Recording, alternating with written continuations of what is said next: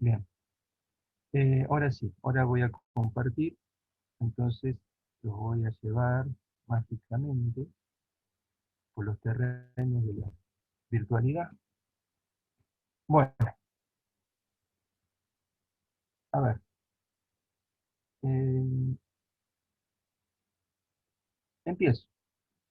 La idea de eh, encarar la primera clase, que a su vez es encarar la primera unidad y que a su vez en algún punto hace un ejercicio de simulación, ya voy a decir por qué, eh, tiene como objetivo intentar exponer para mí, ¿no?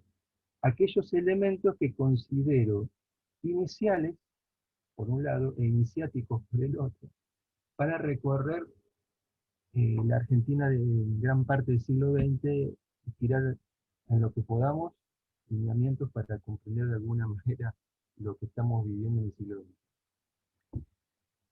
¿Por qué digo que hay cierta simulación ahí? Sabemos que el corte del 30 es un corte que se puede discutir. Se puede discutir, entonces por eso lo marco acá, ¿no? El corte lo coloco entre comillas. No porque no hayas motivo para sostener que es viable, sino que también hay otros motivos para sostener que a veces pueden no ser considerado de la manera contundente que se lo expone, se lo menciona y a partir de él se piensa. Obviamente las cuestiones pasarían por resolver lo siguiente, bueno, ¿qué tomo en cuenta para decir que esto implica un corte de lo que veníamos estudiando, comprendiendo y experimentando para los protagonistas de los hechos históricos que pasó históricamente en el 30 para que pensemos que hay un corte? Y o qué consideramos para que sorteemos el 30 y miremos líneas de continuidad. Entonces, eh, coloqué dentro de ese gran problema, coloqué estas tres palabras, ¿no? Continuidades, rupturas e interpretaciones. Miren, hay una expresión de sentido común, una expresión de sentido común que es esta expresión, década infame. Década infame es una expresión de sentido común a esta altura del partido para hablar de la política incluso en este país. Como toda expresión de sentido común, cuando uno da la vuelta, como si fuera un frasco, ¿no? Da vuelta y puede pasar que lo que cae no es mucho, lo que cae no es sólido y lo que cae no es lo que uno suponía. El problema de las expresiones de sentido común que tiene la condición, como escribí acá, de marca, sello. La marca, el sello, pero en el caso de década infame es un estigma, es una estigmatización, es decir, porque lo que tiene de infame, la expresión infame no es laudatoria, no es una expresión de reconocimiento de un factor positivo, no pasa por ahí la cosa, ¿no? Ustedes están viendo acá José Luis Torres era un periodista tucumano que en 1944, ¿no? En 1944 publica esta obra que se llama La década infame. La tapa que están viendo es la tapa original del libro, no es una cosa que se me ocurrió a mí hacer. No es una, tampoco, no es un artificio gráfico hecho en otro momento artísticamente. No, es la tapa del libro de 1944. Ahora, primer dato, ¿no? El libro es del 44. No es un libro publicado al calor de los acontecimientos, como si fuera una crónica que se va escribiendo al calor de lo que va sucediendo. Pero José Luis Torres es un periodista, nacionalista, ultracatólico y este, bastante simpático con las ideas de los autoritarismos europeos de ese momento, fundamentalmente el fascismo. Eh, Escribe en ese año el libro que ustedes están viendo, libro que casi me animaría a decir que en esta sociedad todo lo que usa la palabra década infame es directamente, inversamente proporcional a la idea de que se van a leer. Es decir, se usa la expresión y seguramente quien lo usa no tiene ni idea qué es ese libro y qué tiene ese libro. Supone que ese libro dice tal cosa, o supone que esa expresión remite a tal otra. Entonces, el problema de eso, cuando esto se escribe en 1944, es que lo que estamos viendo acá, lo vuelvo, a ver si me parece que me volví, no sé qué hice. Algo tengo que acá. Espera un poquito que voy a volver acá, a ver si lo puedo pasar, y si no, voy a tener que hacer, ¿no?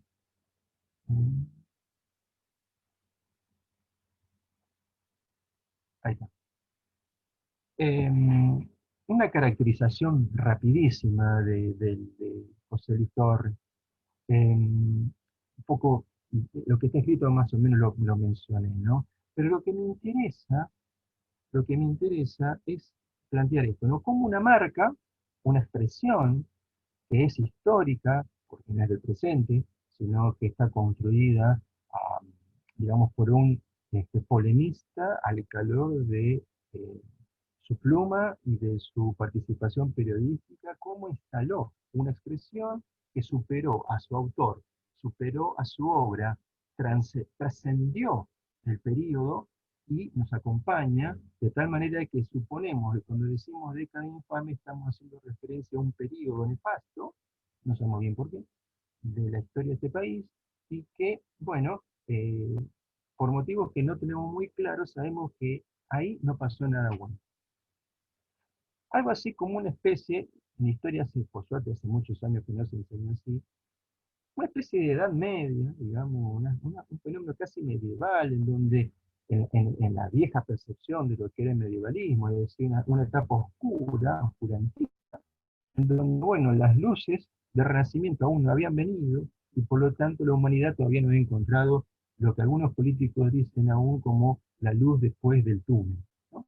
Entonces, como eso aún no se había propuesto, uno se podría poner a pensar. Si uno lee lo que dicen los autores, Ignacio López y Luciano de Privitelio, dice, poco importan las formas concretas que adquirió la infamia para Torres. Sabemos bien que para este periodista la década no se iniciaba en el 30, sino más bien en 1932. Y cuando cerraba esa década, en 1943. Es decir, yo se pondría a pensar, ¿no?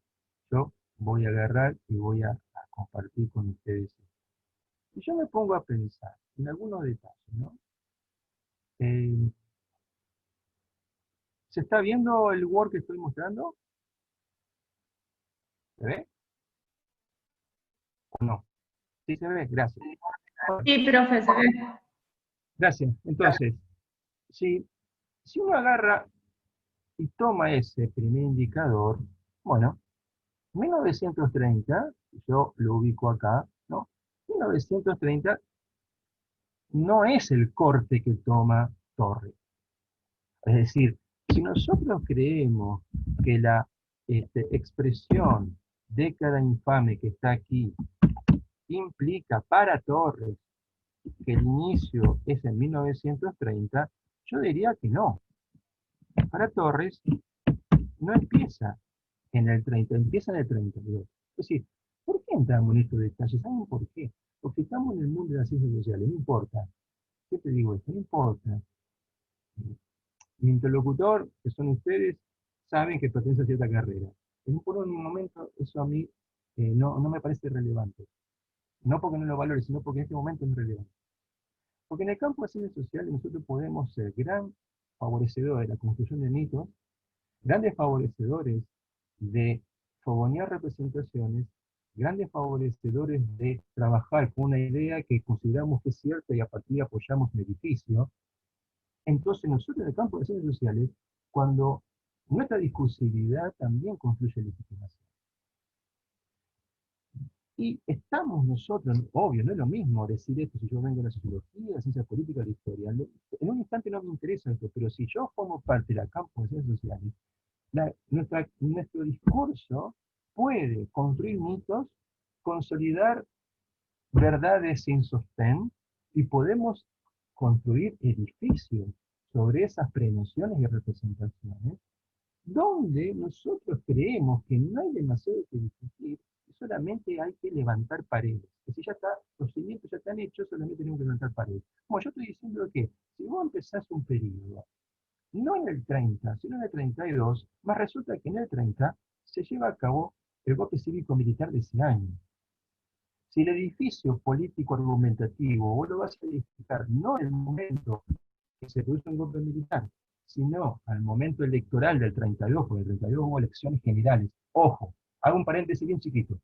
Estoy diciendo cosas que después voy a explicar en esta clase y en la clase que viene. Por lo tanto, no se preocupen si hay algo que no entienden. Es una presentación. Por lo tanto, como toda presentación, es una gran, como te diría, un gran merchandising de propuestas historiográficas que después me gustaría ofrecerles y venderles a ustedes. Entonces, yo lo que estoy planteando con esto es que no es un detalle, 2 años más, 2 años menos, 30 o 32. No, es una decisión política. Es una decisión política. Nosotros tenemos que esperar los actores políticos contemporáneos para pensar lo que es una decisión política.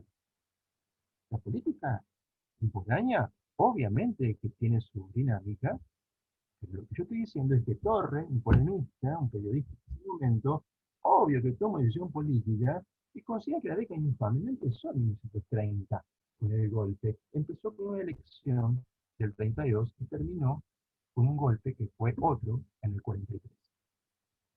Entonces, esto no es, perdón, puede ser visto como un detalle, pero quienes usan la palabra, perdón, la expresión, la fórmula década infame, sepan que le está rindiendo culto a un actor del campo de las derechas, absolutamente simpático con el fascismo y absolutamente simpático con la experiencia autoritaria de 1930.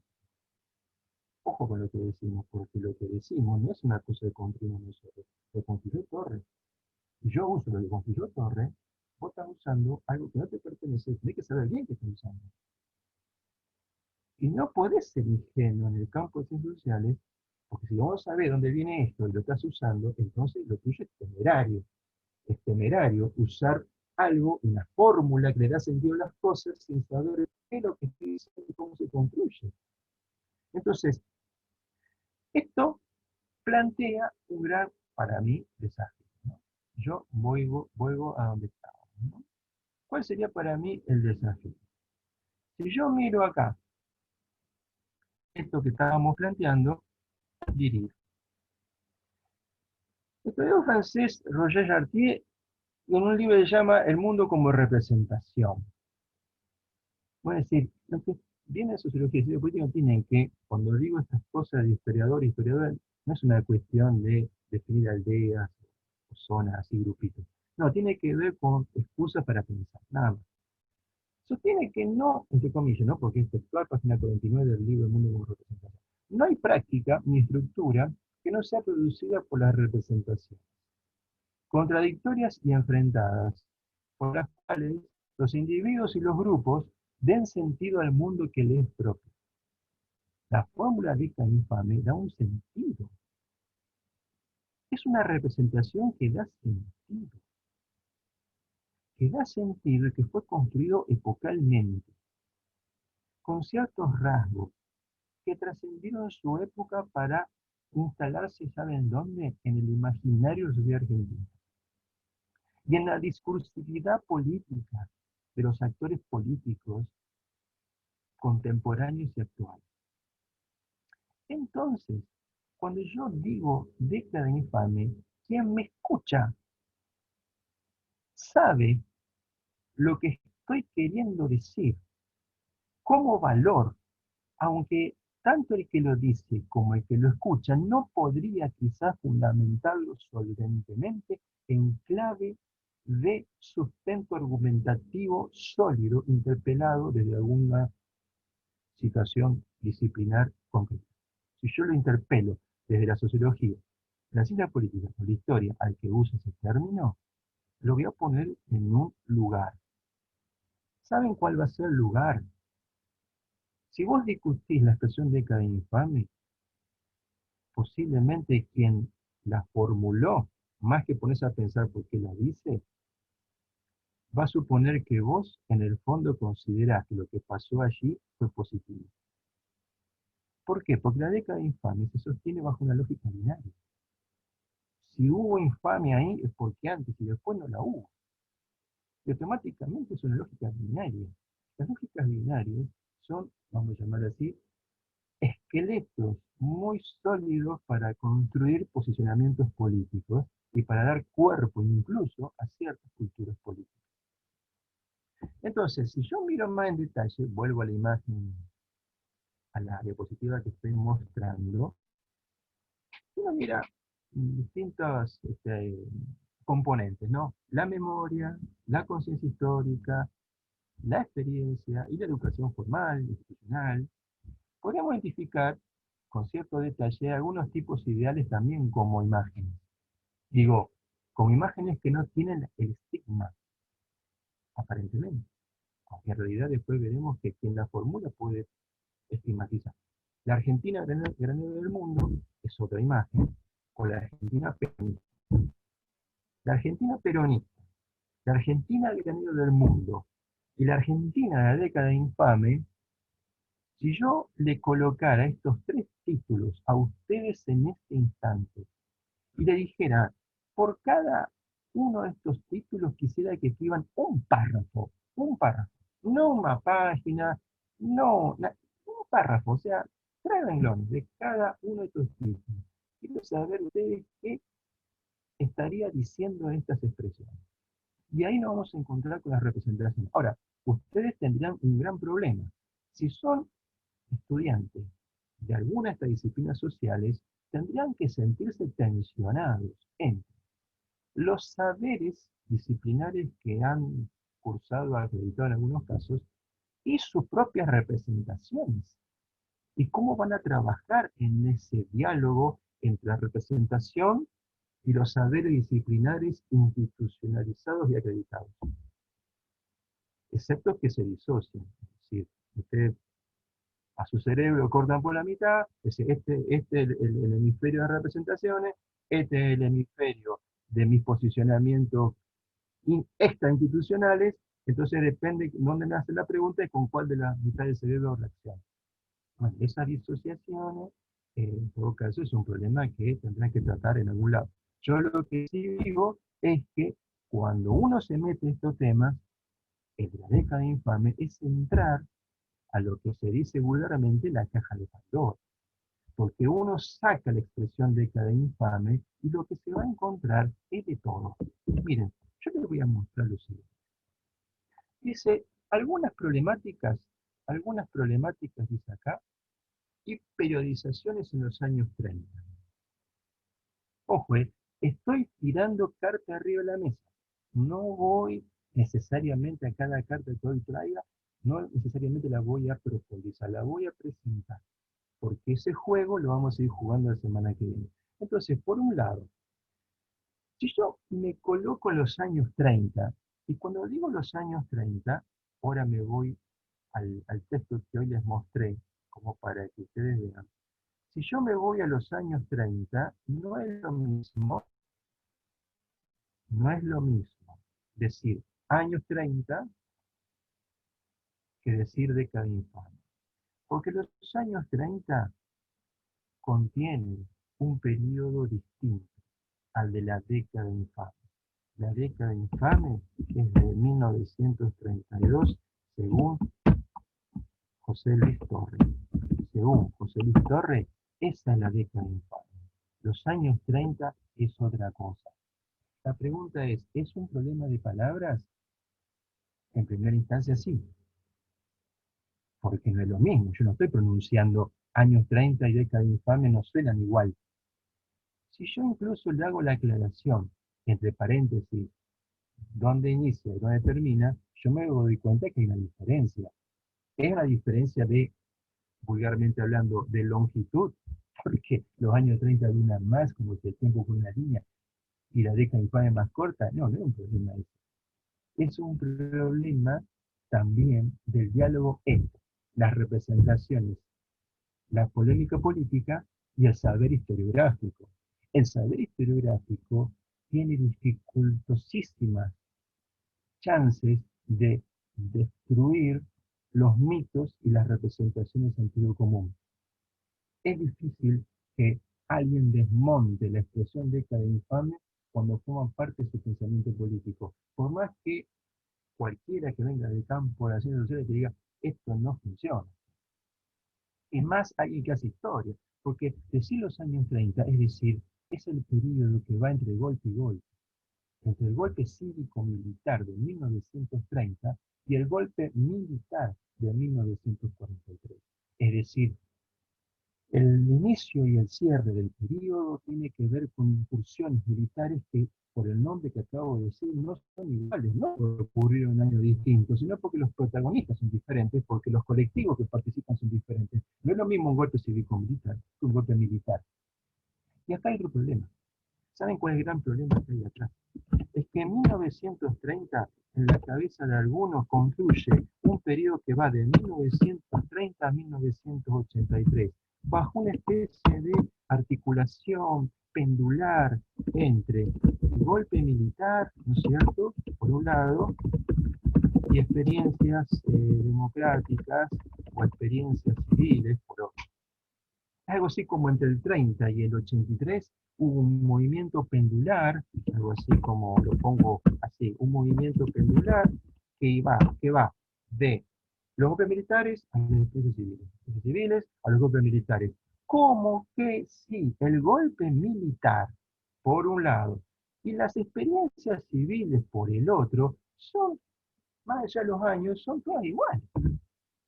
Hubo militares acá, militares allá, militares en el 30, en el 40, en el 50, en el 60. Estos son los mismos apellidos, pero hay militares dando vueltas. No, no es lo mismo. No es lo mismo. Y las experiencias civiles no es lo mismo tampoco. Entonces, un péndulo lo que trae consigo es que marca el tiempo y sabemos que es un movimiento de derecha-izquierda. Lo que tiene de simétrico es que cada movimiento tiene una duración en centésimas de segundo exactamente igual. Porque si no sería un péndulo. Y no marcaría bien el tiempo. Pero la historia no es tan fácil. La historia no es fácil, no es, entiende la historia con un movimiento pendular, yo conozco el movimiento A, conozco el movimiento B y ya conozco el movimiento de la historia. Sería muy ingenuo eso, es más, nos quedaríamos sin trabajo. Pero precisamente lo que estoy planteando con esto es que es mucho más complejo. Y al ser mucho más complejo no se exige algún tipo de mayor aspiración a entender. Entonces, si yo agarro y vuelvo a donde estaba, diría, bueno, primer punto, esto fue la introducción para el primer punto. Dice, la legitimidad del orden político en el nuevo clima de ideas. La crisis del paradigma liberal, le coloco, más o menos ahí, le coloco un encuadre. 1912, 16, 30. Y los orígenes del nacionalismo oligárquico. Eso es un gran tema. ¿Cuándo empezó a andarse por el camino de una crisis del paradigma liberal, ¿no? Cuando el nacionalismo oligárquico adquirió presencia. Y yo les digo a ustedes que me están escuchando, olvídense por un instante las disciplinas y qué pasa, y qué hicieron en el primer cuatrimestre. Si ustedes cruzaban la Argentina anterior, saben que estoy hablando de la asignatura anterior, no estoy hablando de la asignatura actual. Por lo tanto, ustedes están obligados, no porque yo se lo diga, sino porque tiene que salir como ejercicio reflexivo. Ustedes tienen que convocar, yo quiero saber los saberes, y si no alguna deidad, para traer acá que los saberes del periodo del 12 al 30. Porque si no, ustedes están construyendo ustedes el artilugio. Que como el 30 arrancamos en esta asignatura, lo que pasó antes del 30, y mira, yo ya lo aprobé, realmente no me importa. Vos podés hacer eso, pero si vos haces eso, el primero que no va a entender, vas a ser vos. Entonces, no porque acá no te expliquemos, sino porque vos rechazás lo que en las ciencias sociales hay que hacer.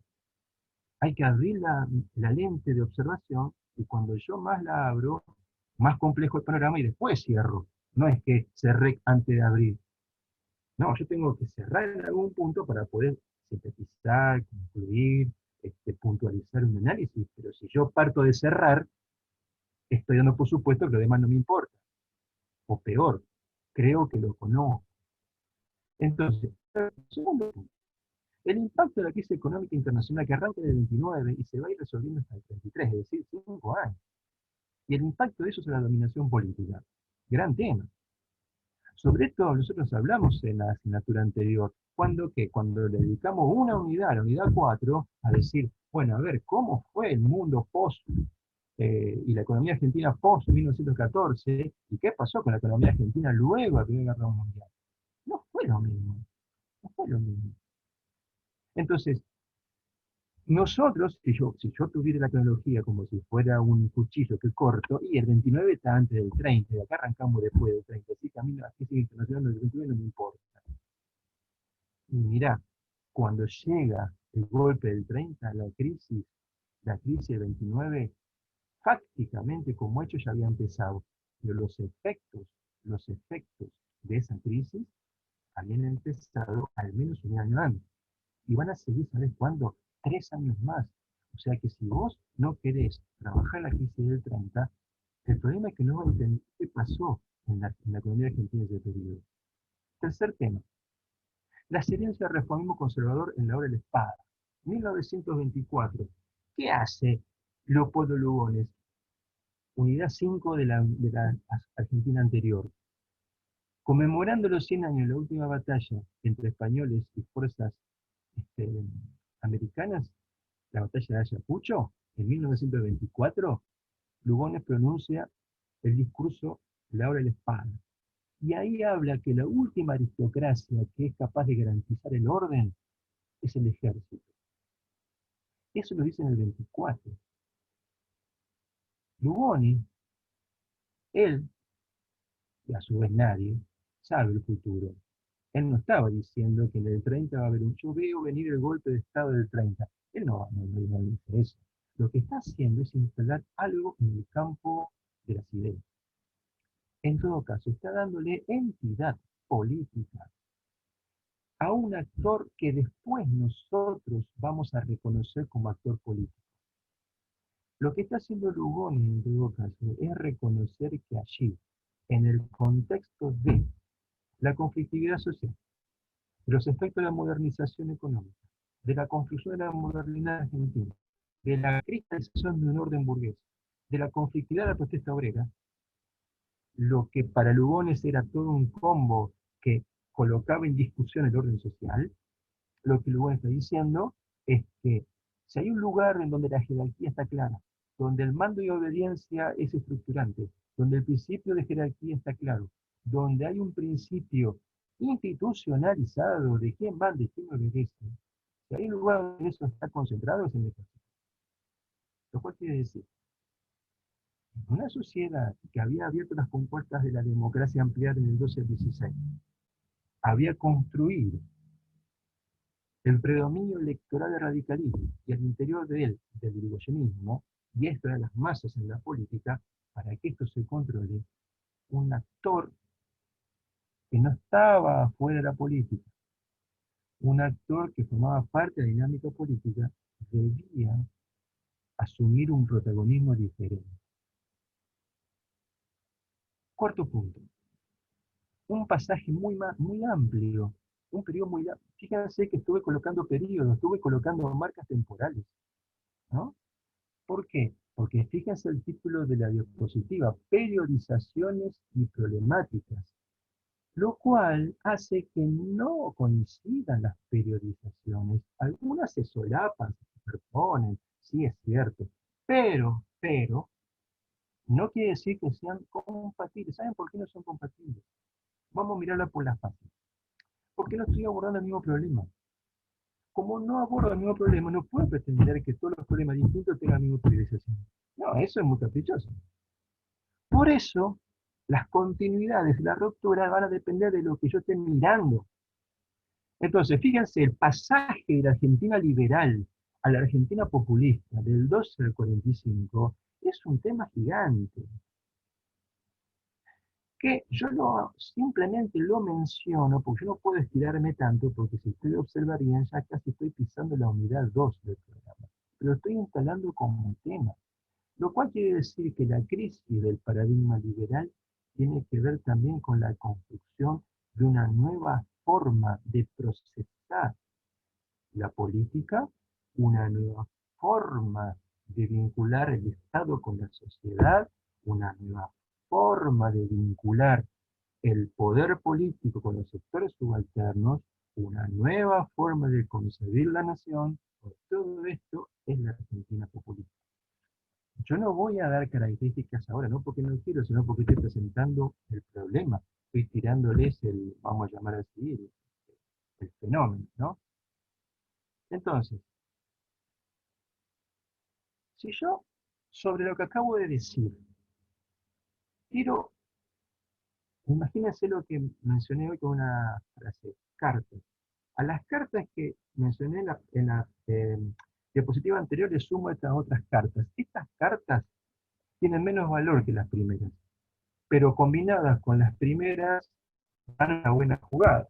Fíjense, la idea de consenso liberal era una concepción de pensar la sociedad y la política compartida, ¿no es cierto?, por distintos sectores de la élite.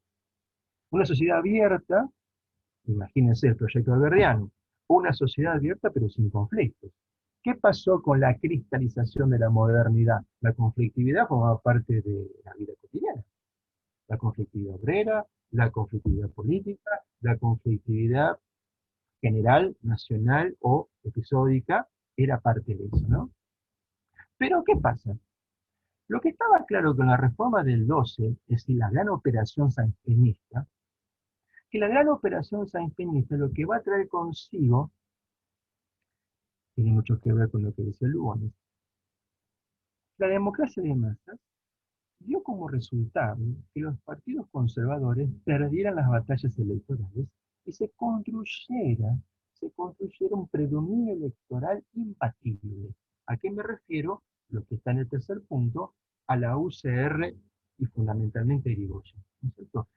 Era esta dinámica política la construcción de que la democracia también es peligrosa. Antes no había voto en la Argentina, sí había voto. Siempre hubo voto universal. Lo que el 12 lo hizo fue secreto y obligatorio. Pero los resultados electorales y la construcción de la predominancia radical del 16 al 30 trajeron como resultado una lectura. Entonces, si yo agarro y digo, bien, 6 de septiembre de 1930, ¿no? Hago una pregunta y no es que no la voy a plantear, no es que no la voy a resolver. Es una primera pregunta, ¿no? La primera pregunta dice, último golpe del siglo XIX. Vamos a ver por qué, ¿no? Tres imágenes de época, ¿no? Tres imágenes de época. Una imagen coloreada, posteriormente, ¿no? Una imagen coloreada de Uriburu. Este es Uriburu, uno de los generales que va a llevar a cabo el golpe cívico-militar. La portada de un diario, el diario Crítica, dice, jubilosamente celebra todo el país el triunfo rotundo de la revolución.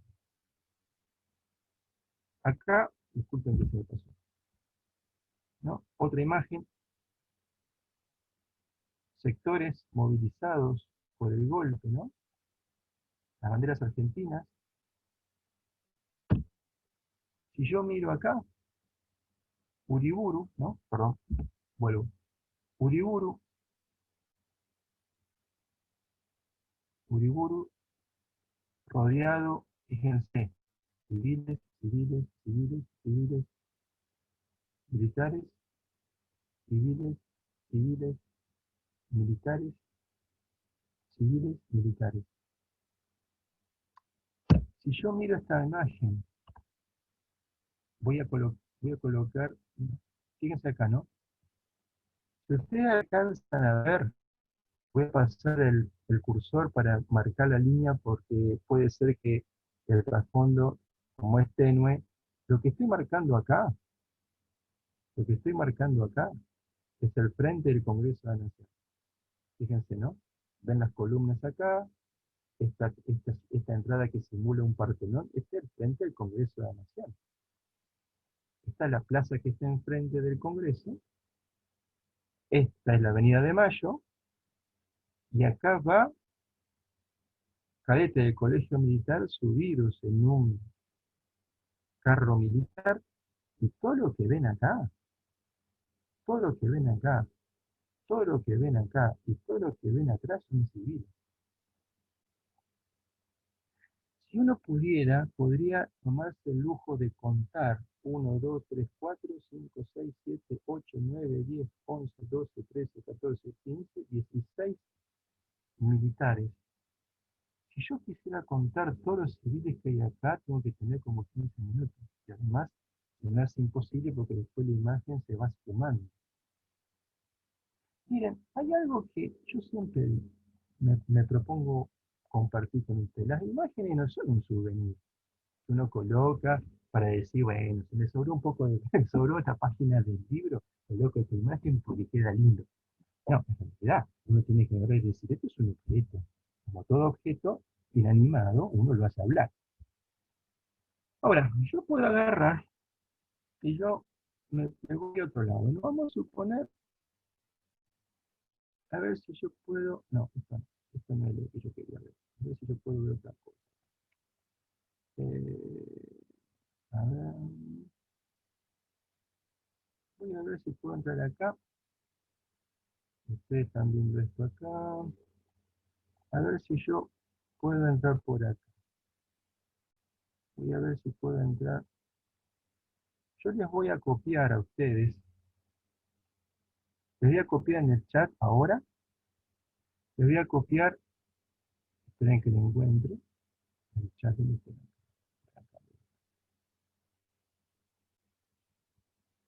voy a copiar unas cositas, pero para que ustedes lo hagan con tranquilidad, no, nada que ver con hacerlo rápido.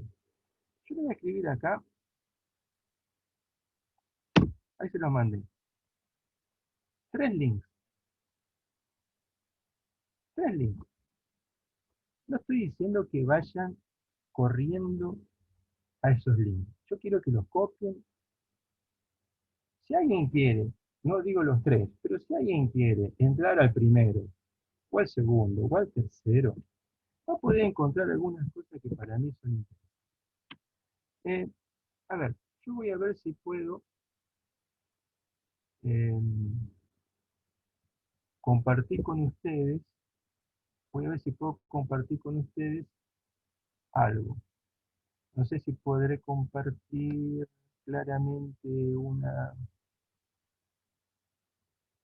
Miren, ustedes me están viendo en pantalla, ustedes están viendo en pantalla en estos momentos la portada de un diario. Háganme una señal, algo, ¿sí o no? Sí, profe, se ve bien. Bueno, gracias. A ver, este es un diario de Santa Fe. Diario de Santa Fe, esto, voy a aumentarlo. Esto está, ojo, lo que estoy mostrando lo saqué del link que le mandé a ustedes. ¿Eh? No estoy haciendo ninguna trampa. Este es un diario que se publicaba en la ciudad de Santa Fe, en la capital de la provincia.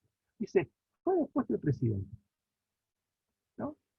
Entonces, yo voy a poner un poquito más, fíjense, ¿no?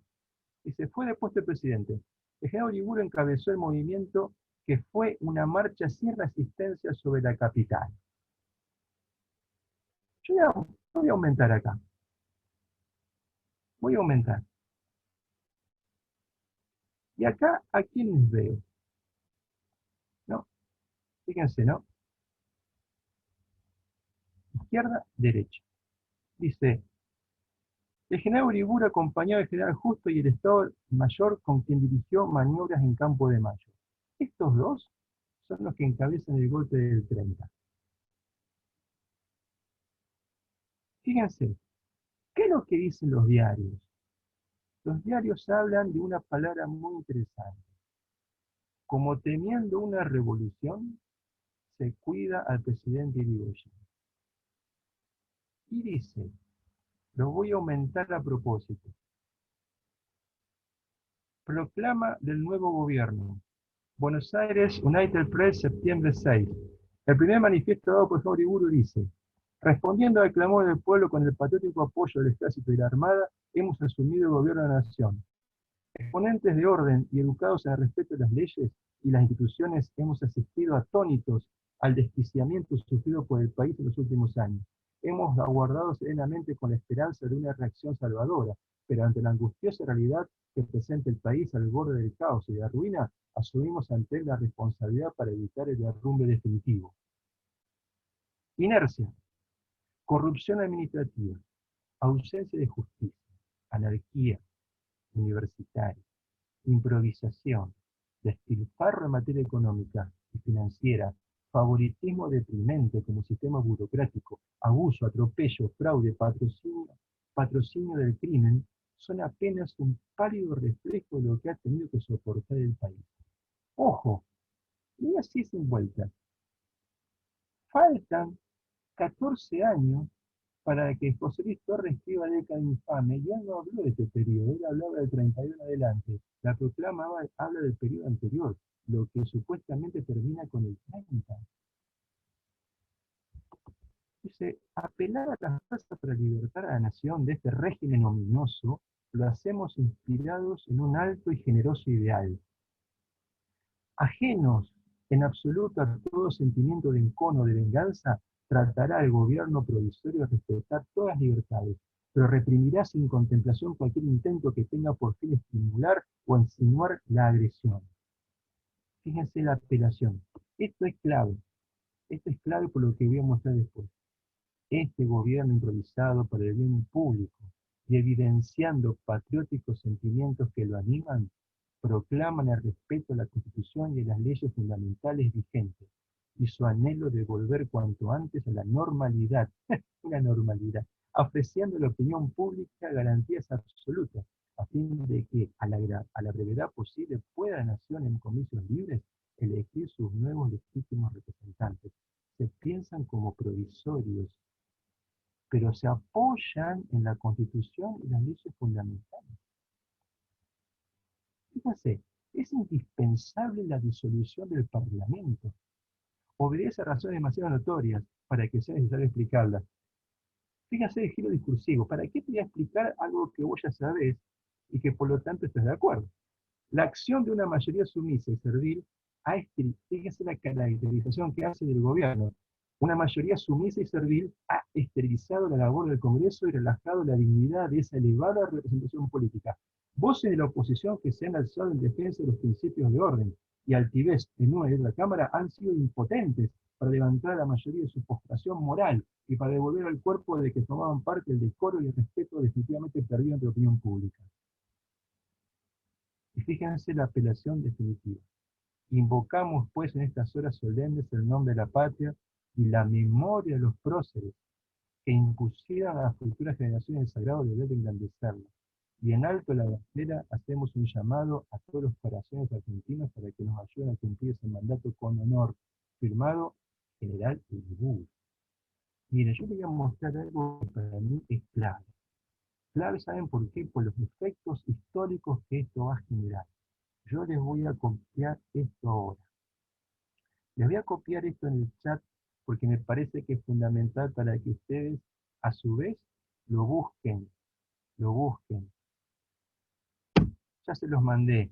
Esto ordenó la vida jurídica de la Argentina contemporánea. Se los voy a mostrar ahora. Tomé el link. Voy a intentar volver a ustedes. Esperen un poquito que lo busco.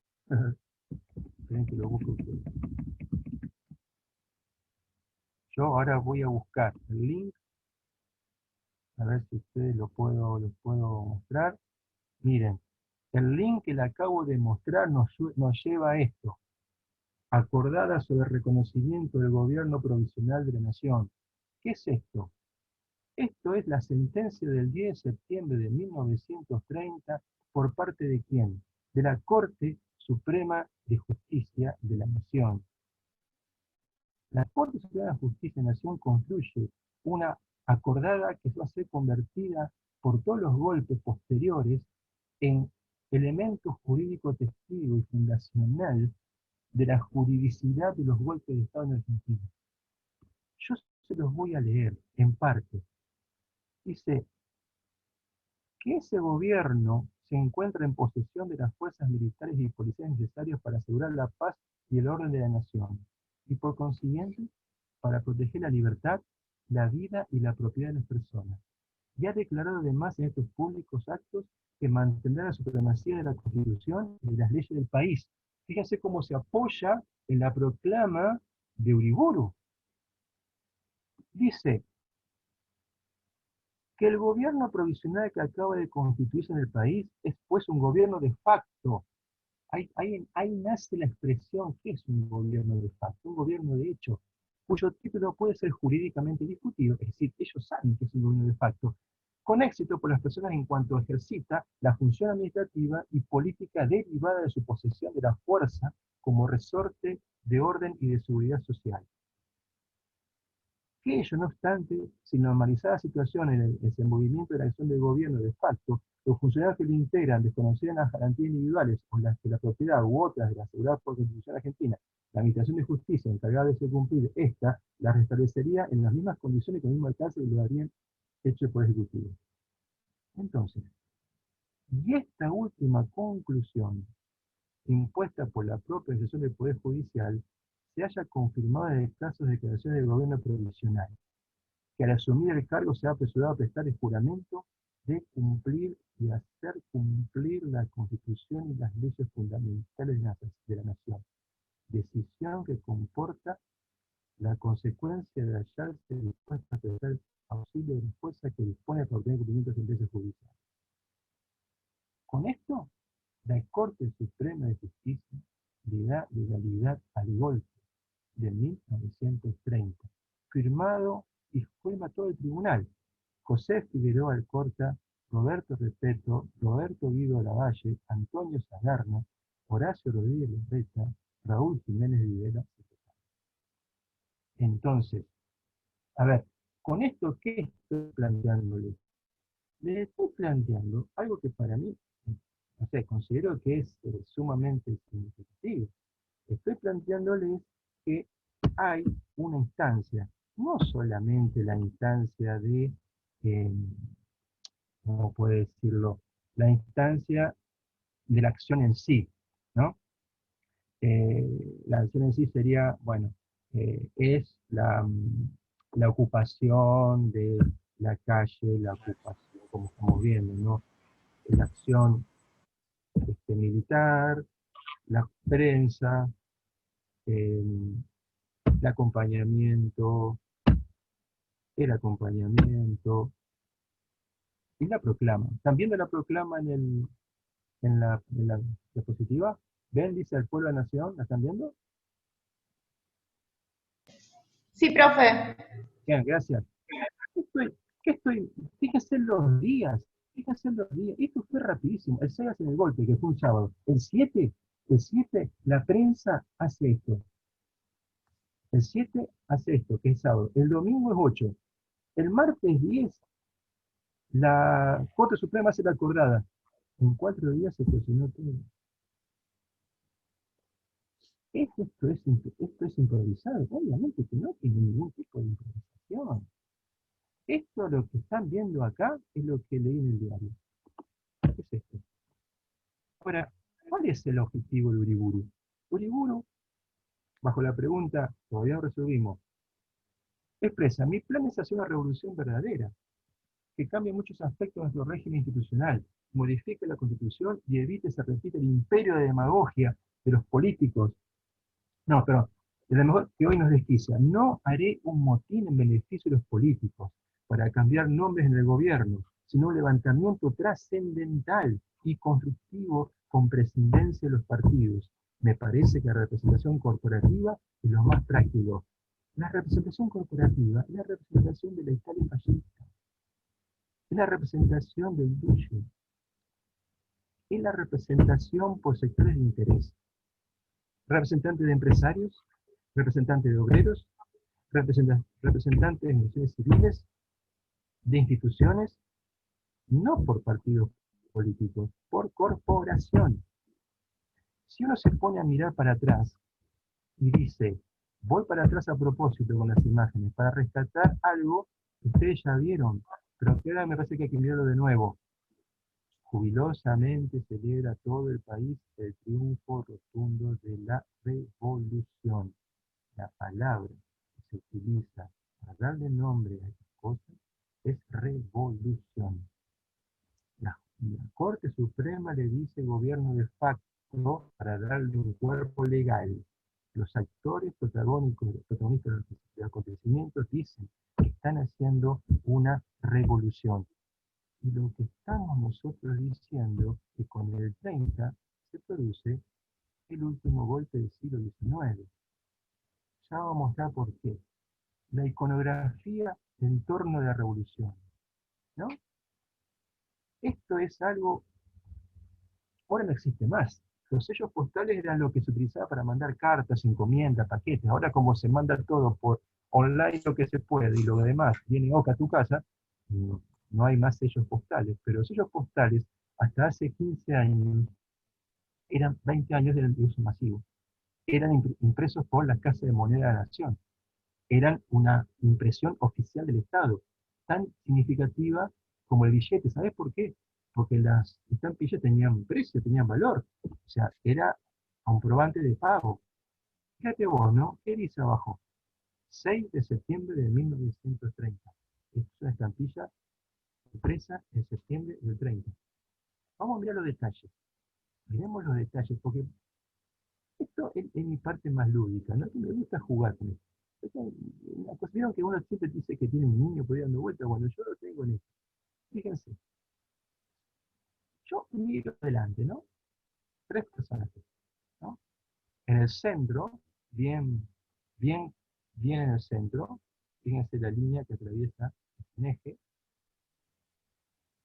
una persona con sombrero, corbata. A esta persona ustedes ya las vieron a estas personas. Ustedes miran cuántos sombreros hay acá y cuántas corbatas hay acá. Ya los vieron, ¿no? Entonces, si uno sigue mirando, están. No es un invento de la iconografía, no es que la iconografía inventa un objeto para que vos después lo observes y te comas el garrón, no. A estos también ya los vieron, los cadetes del Colegio Militar de la Nación. ¿Cuál es la semejanza que tienen los tres? Los tres están en primer plano, pero si uno mira, en realidad, la figura más grande, la que está un paso adelante, es el civil, custodiado por dos hombres de las Fuerzas Armadas, del Ejército, en realidad del Colegio Militar de la Nación, pero los tres tienen lo mismo. 1, 2, 3. Los tres tienen fusiles. Los tres tienen fusiles. Detrás, las figuras femeninas. La figura femenina que ustedes ven acá tiene un nombre de la alegoría y de las representaciones simbólicas occidentales de la Marianne. La Marianne es una imagen épica y de carga simbólica construida en la época de la Revolución Francesa. La representación de la Marianne son tres valores: libertad, igualdad y fraternidad.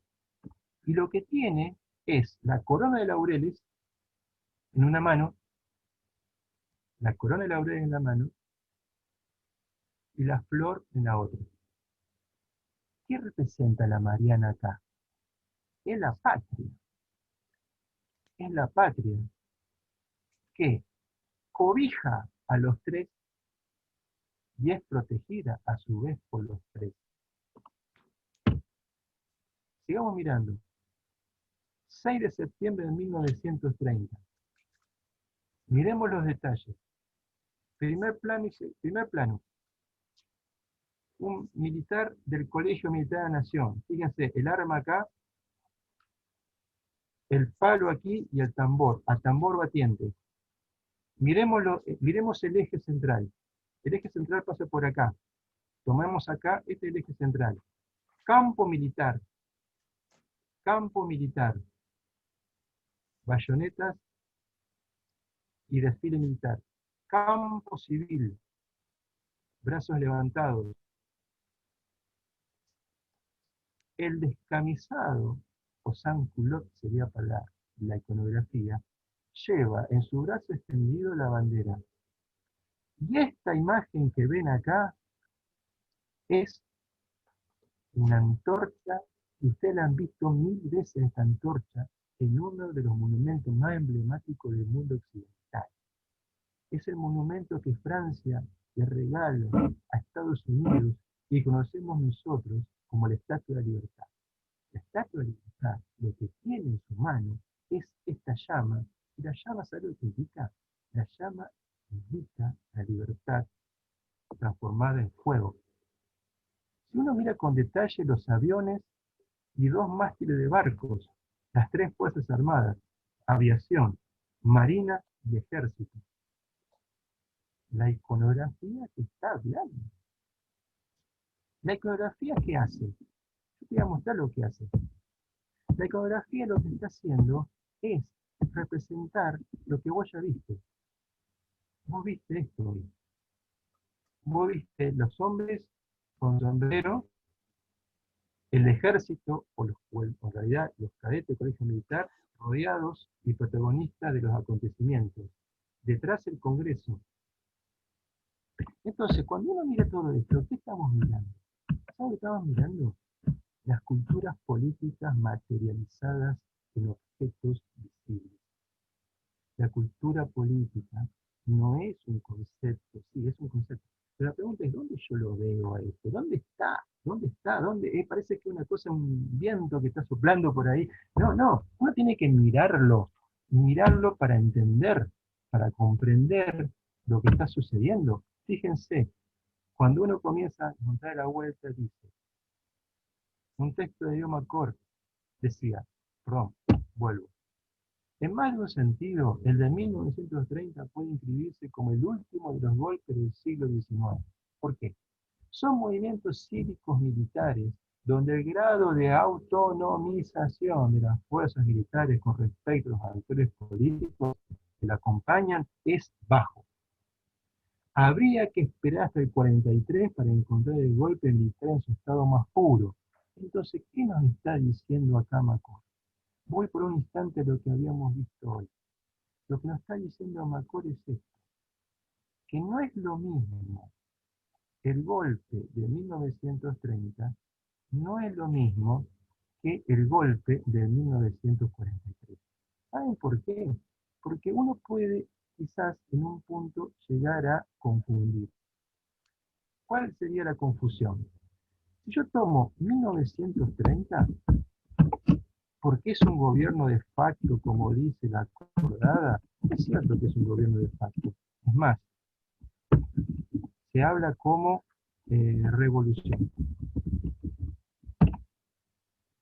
Pero lo de 1930 es un golpe, en realidad, ¿no? Es un golpe cívico, militar. Lo de 1943, diferente. Va a haber, sí, también un gobierno de facto. Es más, también se va a denominar, también se va a autodenominar revolución. Pero en realidad va a ser solo un golpe militar. Usted va a decir, pero ¿por qué esto es importante? ¿Por qué hay que entrar en este detalle? ¿Sabes por qué hay que entrar en este detalle? Porque no es una cuestión de más o menos adjetivos. Es una cuestión de que son construcciones históricas y experienciales diferentes. ¿Por qué se dice que es el último golpe del siglo XIX? No porque neguemos que estamos en el siglo XX, estamos en el siglo XX, pero la forma en que se pensó el golpe de 1930 no tiene que ver con el golpe del 43. No es lo mismo. Las Fuerzas Armadas en el 30 no son políticamente autónomas. Dependen de los actores civiles, mientras que en el 43 no necesitan del actor civil para hacer el golpe de Estado. Si yo a los dos le coloco el mismo nombre, golpe militar, estoy homogeneizando experiencias que son diferentes. Si yo homogeneizo las experiencias, resulta que todo lo que acabo de ver, ¿a qué me refiero? Todo lo que yo acabo de ver en términos de un sujeto que está en términos políticos acompañando la instancia, no lo veo.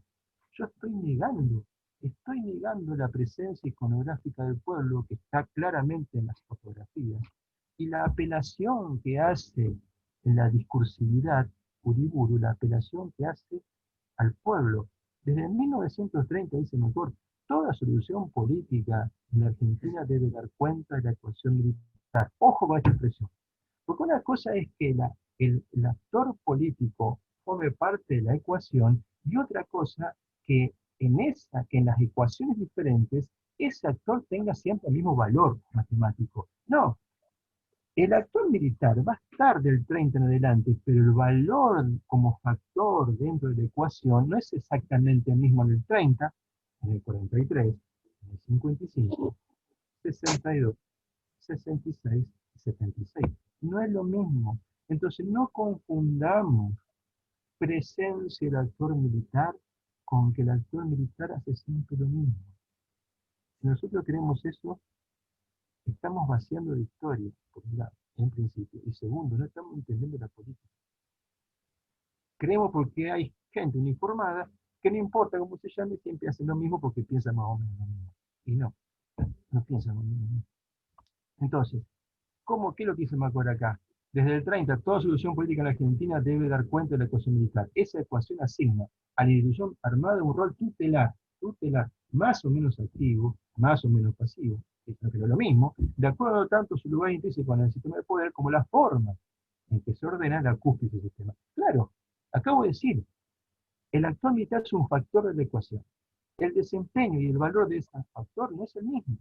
Entonces no querramos que siempre haga lo mismo, porque yo estoy diciendo que opera de diferente manera. Entonces, si vos tuvieras el movimiento pendular en tu cabeza, no vas a ver las diferencias, porque siempre vas a querer ver al actor militar haciendo siempre lo mismo, ¿no? Entonces, esto lo que dice, según Juan Carlos Torres es sociólogo, no va a confundir con José Luis Torres, que es el polemista fascista. Según Juan Carlos Torres, el sociólogo, si bien es verdad que la Revolución de Septiembre es escasamente innovadora y se resuelve en la vuelta al poder de los grupos dirigentes tradicionales, no es menos cierto que este retorno se produce de la mano de un presidente cuya autoridad descansa en el prestigio que tiene dentro del ejército. En un país donde se ha generalizado la convicción de que la fuerza es un instrumento efectivo para el logro de fines políticos, la institución militar ocupa como nunca antes el centro de escena. Esta es la diferencia. ¿Cuál es el lugar que un sujeto ocupa? No si antes estaba o no. Estaba. El tema es el rol que desempeña. Entonces, he ahí la importancia de las variables interpretativas, ¿no? Entonces, buscando 1931, nos visita Uriburu. Esto es el frente de la Casa de Gobierno, el balcón de la Casa de Gobierno de Santa Fe, sacada de abajo. Este es el balcón de la Casa Gris. Este sería el interventor civil Roten.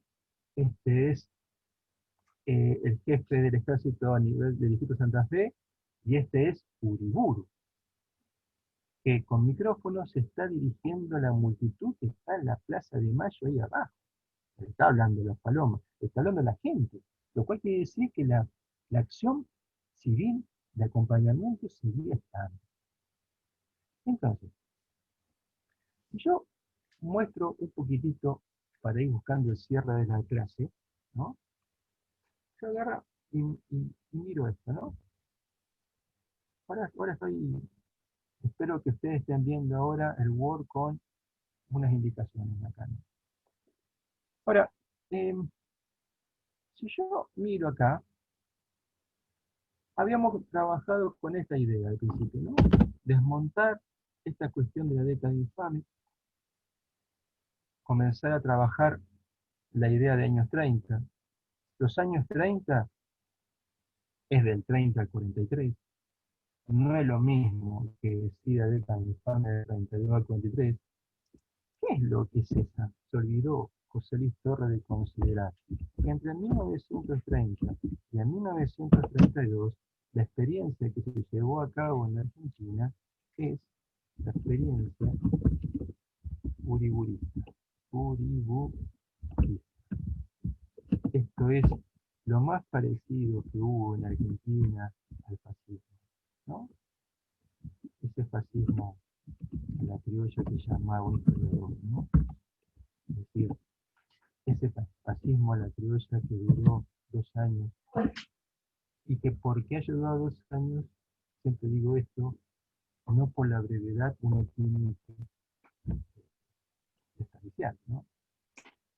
Digo, porque si desperdiciamos eso no entendemos algunas cosas. Entonces, la primera cuestión fue cómo desmontar década infame, cómo sustituir década infame por una expresión que me parece más interesante, que es esta, la de los años 30. Como los años 30 en realidad hay dos experiencias. La experiencia rigurista de 30 al 32, Ya cocino. otra experiencia. Apaguen los micrófonos, y de 1943. La experiencia de 1943 es otra. La experiencia de la concordancia. La concordancia es una coalición gubernamental que va a controlar el ejercicio político del 32 al 43. No es lo mismo entonces los años 30. Los años 30 involucran en consecuencia, si yo le coloco en color rojo, los años 30, que no es lo mismo que decir década infame, los años 30 involucran dos experiencias históricas, ¿no? También con la expresión, estamos en el tema de las palabras, ¿no? No es lo mismo lo que los actores denominan a lo que hacen, revolución. No es lo mismo lo que dice la Corte Suprema, es un gobierno de facto. No es lo mismo lo que conceptualmente se los caracteriza. Golpe cívico-militar en un caso, golpe militar en el otro. ¿Qué está claro que con el 30 se inicia? Con el 30 está claro lo que se inicia es que el actor militar a partir del 30 en Argentina tiene protagonismo. La diferencia es que no es un protagonismo. Son diversas formas de protagonismo. Son diversas formas de actuar en política por parte del actor militar. ¿Es del 30 al 83 un movimiento pendular? No, no es un movimiento pendular.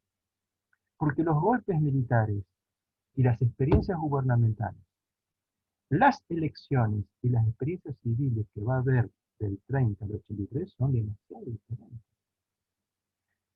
Si yo me pongo a pensar, si tuviéramos que colocar expresiones, si yo tuviera que colocar la Argentina radical para colocarle un nombre al periodo que va de 1916 a 1930, por un lado, si yo quisiera trabajar con las representaciones, la década infame estaría entre las luces y sombras de la Argentina del radical, las luces y sombras de la Argentina peronista. Acá en el medio está la Argentina de los años 30. Una Argentina donde en esos años 30 yo tuviera que comenzar a mencionar, diría, ¿qué elementos comienzo a destacar? Bueno, uno, el actor militar. La construcción de lo que después vamos a analizar en alguna clase, un Estado intervencionista, ¿no? La consolidación de la industria selectiva de importaciones. la construcción de una burocracia más compleja, ¿no? La presencia de la burocracia y los expertos en el Estado, ¿no? En el Estado. Una cosa que es importante, ¿no? Una coalición gubernamental, una coalición de derecha gubernamental durante todo ese periodo. Y una cosa que no me parece menor, cómo el nacionalismo adquiere cada vez mayor presencia. Todos estos elementos están en la Argentina de los años 30. Mi pregunta sería, cuando se formula la expresión década infame, ¿todo esto entra en la expresión década infame? Yo estoy, cuando digo década infame, ¿estoy haciendo referencia a todo esto? No estoy haciendo referencia a todo esto. Estoy haciendo referencia a otras cosas, a otros fenómenos. Entonces, si yo agarro y digo, bueno, muestro acá las periodizaciones posibles, y a mí me queda toda una periodización diferente, porque en definitiva lo que estoy mostrando a ustedes es cómo se forma una forma distinta de la redundancia de pensar. Las fechas, para mi historiador son significativas. Para mí que las historias son significativas, pero sí son relevantes porque yo tengo que ubicar las cosas en algún lugar. Si yo vengo de una disciplina donde me pregunto, ¿cuál es la forma de resolver la problemática del orden en una sociedad? ¿Cuáles son los mecanismos para construir orden? ¿Cuáles son los mecanismos para construir estabilidad? ¿Cuáles son los principios para construir identidades políticas? ¿Cuáles son las formas de resolver la jerarquía? ¿Cuál es la manera de resolver la distribución del poder? ¿Cómo es la forma de vincular las instituciones con o sin acción político-militar? ¿Cómo es la situación a nivel nación y a nivel provincia? ¿Qué quiere decir la palabra revolución? ¿Es lo mismo que golpe de Estado? ¿Es lo mismo que gobierno de facto? ¿Cómo opera la Constitución ahí? ¿Cómo opera el Poder Judicial y la institución republicana con o sin golpe?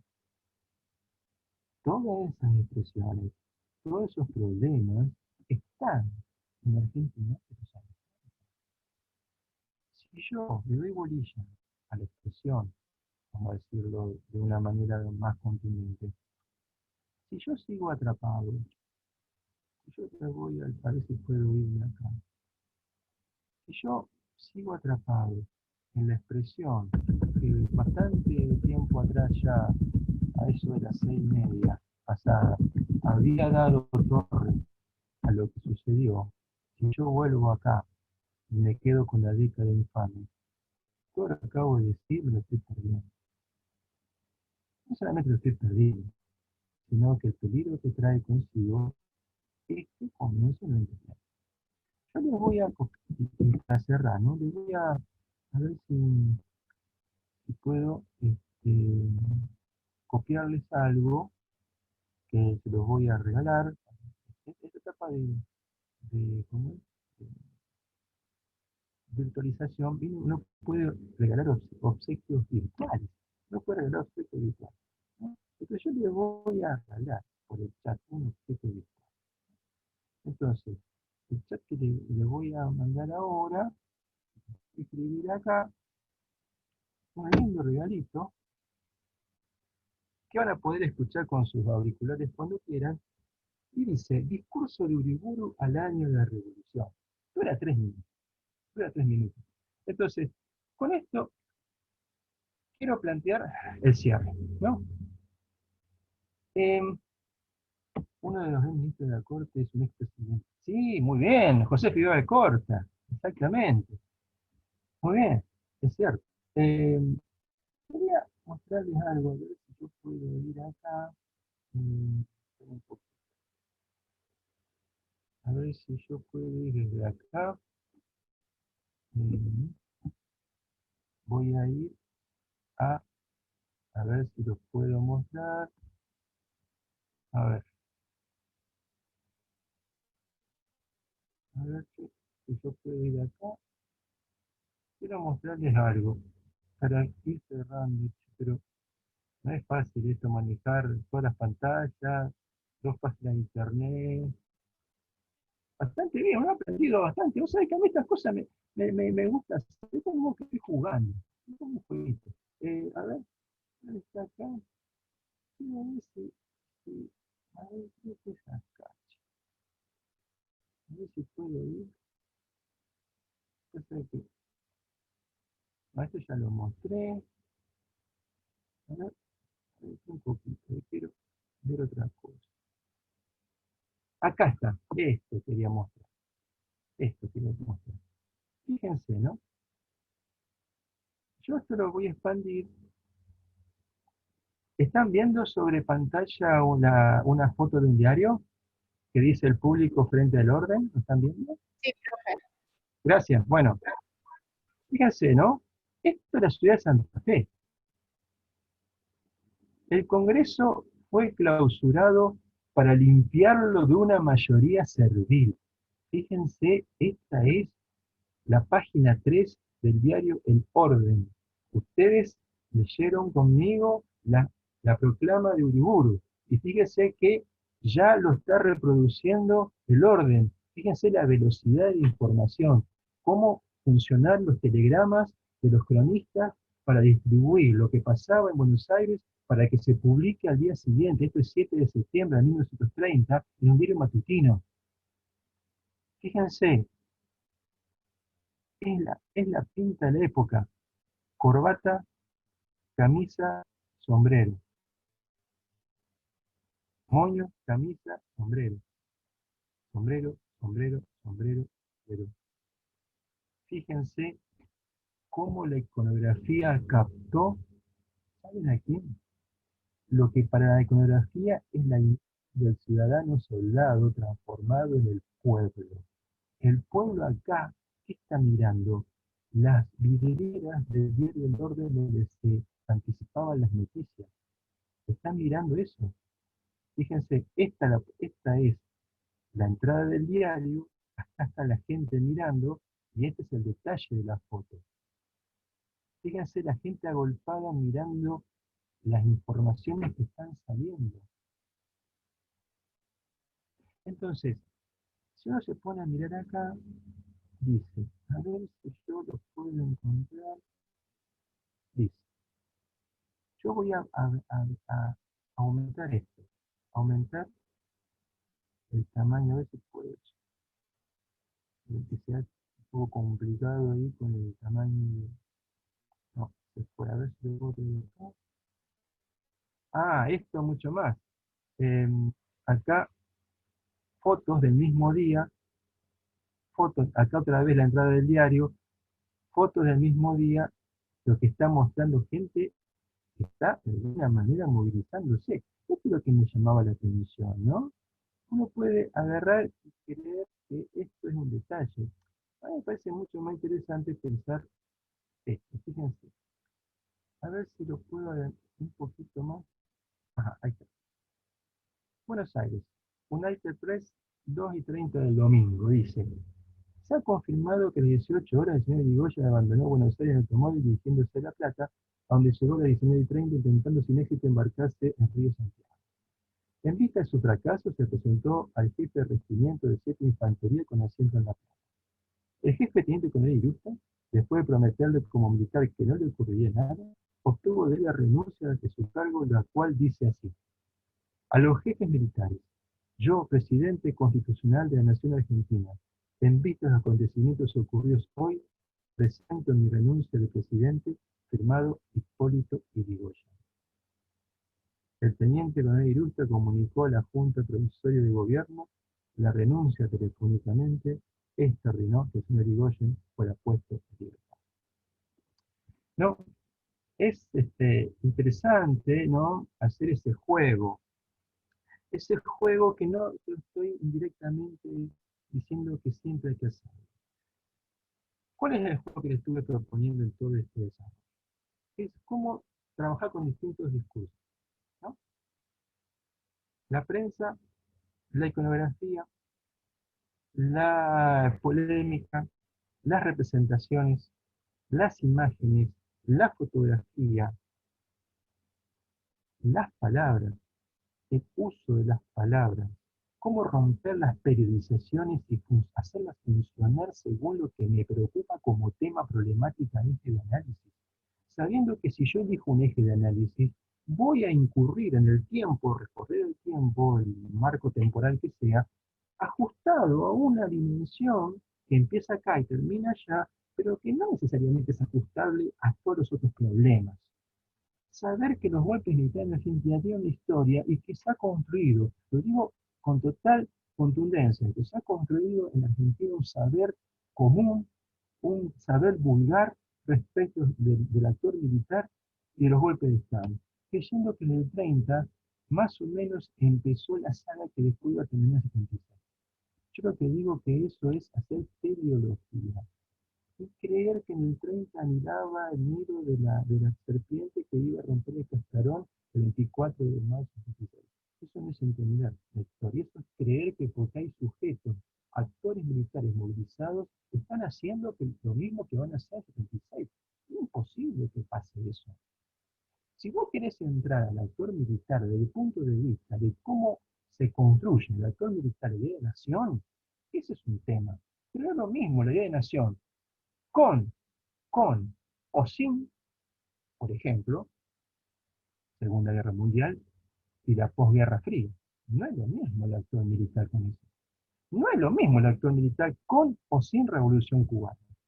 No es lo mismo el actor militar con o sin experiencias autoritarias de la derecha europea como el fascismo y el nacionalsocialismo. No es lo mismo el actor militar con o sin Segunda Guerra Mundial. Si yo creo que el actor militar en todo ese periodo es lo mismo, lo que estoy queriendo decir es que el actor militar no tiene historia, porque es siempre lo mismo. Entonces la pregunta es, no entiendo entonces, peor, no entiendo por qué se produjo el golpe del 76 y la masacre del 76. No la entiendo entonces, no la termino de entender.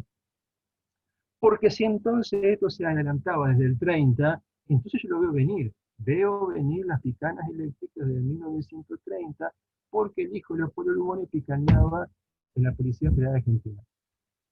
Si yo veo que ese es el núcleo fundante de la masacre 76, erramos. Lo que sí creo que hay que convencerse de que si yo quiero entender la política en Argentina del siglo XX, tengo que conocer que el actor militar no desempeñó siempre la misma tarea, no desempeñó siempre el mismo rol, como tampoco desempeñaron siempre el mismo rol los partidos políticos, las grandes mayorías y un conjunto de etcétera. Cierro con esto. Y esto sí, prometo que es la última. Eh, Ustedes vieron esta imagen, ¿no? Ya la he mostrado, creo. Eh, He mostrado esta y he mostrado esta también. Esta también ya la mostré. Sigo, ¿no? Son todas imágenes que me gusta mostrar, así como para cerrar. Yo creo que está bueno, a veces pasamos de largo por algunas cosas, ¿no? A veces pasamos de largo y a veces no vemos lo que está frente a nuestra espalda. Bueno, acá tienen al joven capitán de brigada, Juan Domingo Perón, ¿no? Acompañando a Uriburu, que está aquí sentado, el 6 de septiembre de 1930. Entonces, Perón sabía que iba a ser Perón. Sí, se llamaba Juan Domingo Perón en ese momento, ya no se cambió el nombre. Perón sabe que está marchando hacia octubre del 45, obviamente que no, obviamente que no. El tema es que nosotros pasamos delante de las cosas y no las vemos. Eso es, como no las vemos, después decimos que no estaban. No, a ver, no es que no estaban, vos no las vi. No estaban mirando en ese momento. ¿Qué estabas pensando en ese momento? Entonces, con eso es una forma de decir, bueno, suficiente con esto, creo que hemos cumplido el horario. Me he pasado casi 10 minutos, pero bueno, supongo que me tendrán la necesaria paciencia. Pero bueno, fue importante como para tirar primeras cartas sobre la mesa. Eh, Espero que haya sido una primera clase, digamos, al menos de proponerles algunos problemas, algunos temas. La idea siempre fue presentar problemáticas. La semana que viene varias de ellas las vamos a tomar como para profundizar. La semana que viene ya vamos a detenernos en la experiencia uriburista, esa fugaz experiencia de rasgo fascista que tuvo la Argentina, y que creo que ahí nos vamos a encontrar con por qué es importante desmontar el sentido común del actual militar. Porque el actual militar, como tiene también una historia, en diálogo con otros actores, tenemos que tratar de decodificarlo. Y a partir de ahí, bueno, hacer algunas aclaraciones. ¿Preguntas, algún planteo, alguna duda que sería importante que compartan? Los escucho o los escriben. Tengan en cuenta de copiar ahí. Voy a ver si lo puedo, perdón, voy a ver si puedo, antes que se vayan, copiarles a ustedes para que lo tengan, porque no hay ningún problema de eso. Les voy a copiar, por eso los traje de ahí para que voy a copiar acá para que lo tengan en el chat. Les voy a copiar, ahí lo puse, todo lo que escribí. ¿Se acuerdan que estoy escribiendo periodizaciones y demás? Bueno, todo eso lo acabo de copiar en el chat como para que ustedes lo tengan, lo copien, se lo guarden. Si quieren tenerlo, es lo que estoy mostrando, hay otra cosa allí. Tienen también los links que les copié, como para que tranquilamente miren. El hecho de mirar esos links, ¿saben para qué es?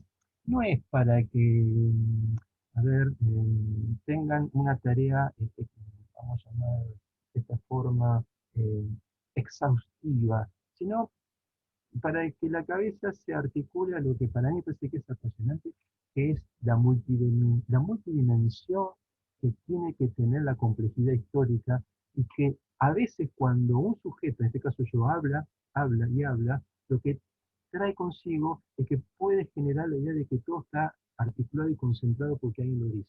Lo que estoy diciendo es que vamos a plantear al revés. Hay componentes que en la multiplicidad de sus objetos están planteando la multiplicidad de la complejidad.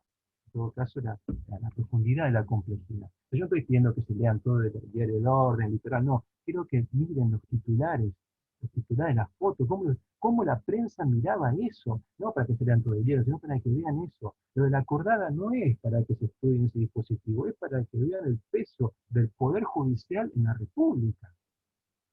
Que vean la estampilla, no es para que se dediquen a la filatelia, es simplemente para trabajar la simbología. La simbología es parte del código político. Entonces, esto es lo que yo de alguna manera estoy proponiendo, no nada más que eso, ¿no?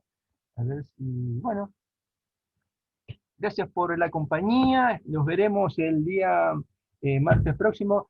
Los que han recibido las invitaciones por Zoom, tengan en cuenta que esa invitación es la que vamos a hacer siempre todos los martes, ¿no? No vamos a cambiar eso, excepto alguna novedad X, pero ya tienen el link, tienen la contraseña, identificación.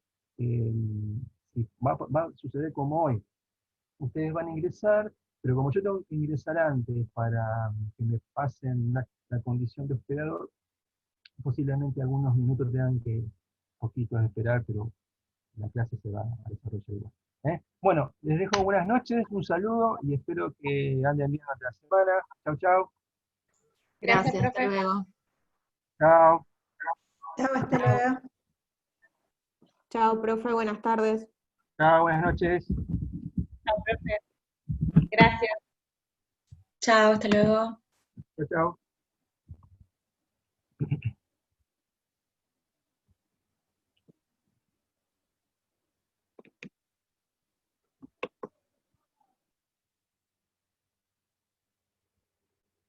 Son los últimos que van quedando. Los últimos le damos un premio. Profesor, Después usted me pasa el link, ¿no es cierto? De la grabación. ¿Qué link? De la grabación. Ah, sí, yo lo puse. Ah, te pregunto, Marcelino, yo ahí grabar en la nube, ¿cómo resuelvo eso después? Ah, entonces quedó en la nube de... No voy a poder acceder, le voy a tener que preguntar a la gente de Bedelía. Grabar en la nube es la cuenta de Zoom de la facultad, no en tu disco. Ajá, bueno, le Ahora, pregunto. ahora por WhatsApp te comento cómo es el tema. Bueno, gracias. Listo, Bueno, nos solucionado. vemos. Chao, hasta luego. Chao, chao. Querido. Ya, tenemos a Carlos Zambón, tenemos la presencia de, ¿cómo te podríamos decir? Un Notable, alumno punzante. No, es un ¿Un notable. alumno cómo? ¿Alumno cómo? Punzante. Sí. Para mí es un notable de la región. Ay, Sí, ay, sí, ay. sí. Zambón dijo, ¿qué puedo hacer los martes a las 18 horas? Sí, en vez de poner algún programa de porquería, me pongo a mirar a esta gente. Total, no me sale gratis, no tengo que pagar nada, no tengo que pagar derecho de inscripción, y de paso, repaso algunos temas. Exactamente, hay que aprovechar el conocimiento de los que saben.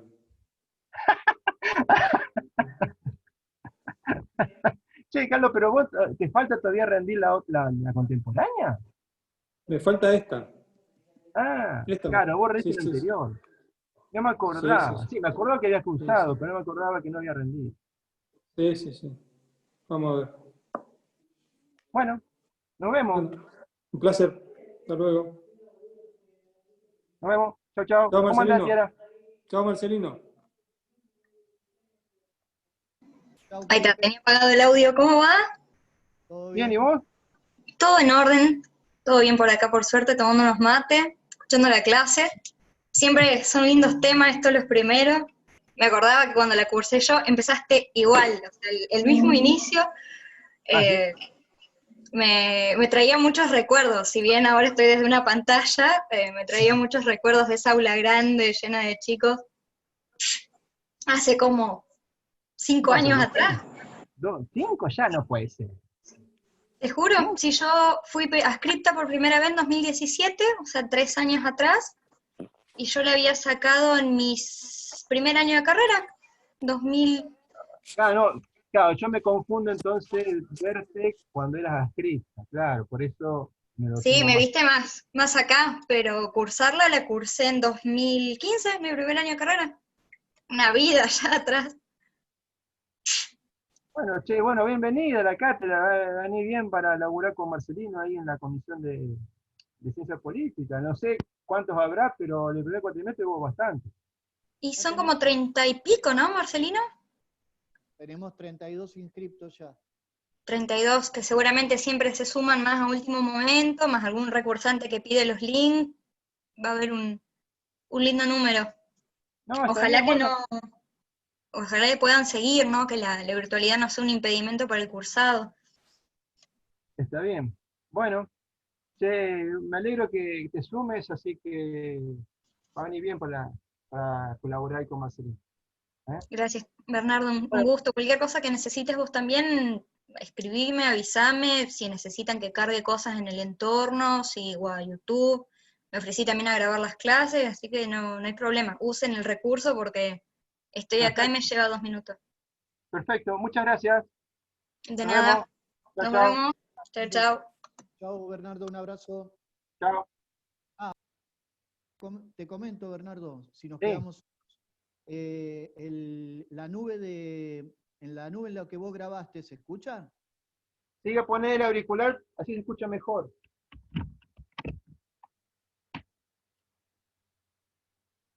El Dale. recurso, el recurso de grabarlo en la nube está buenísimo porque no te ocupa espacio en tu computadora.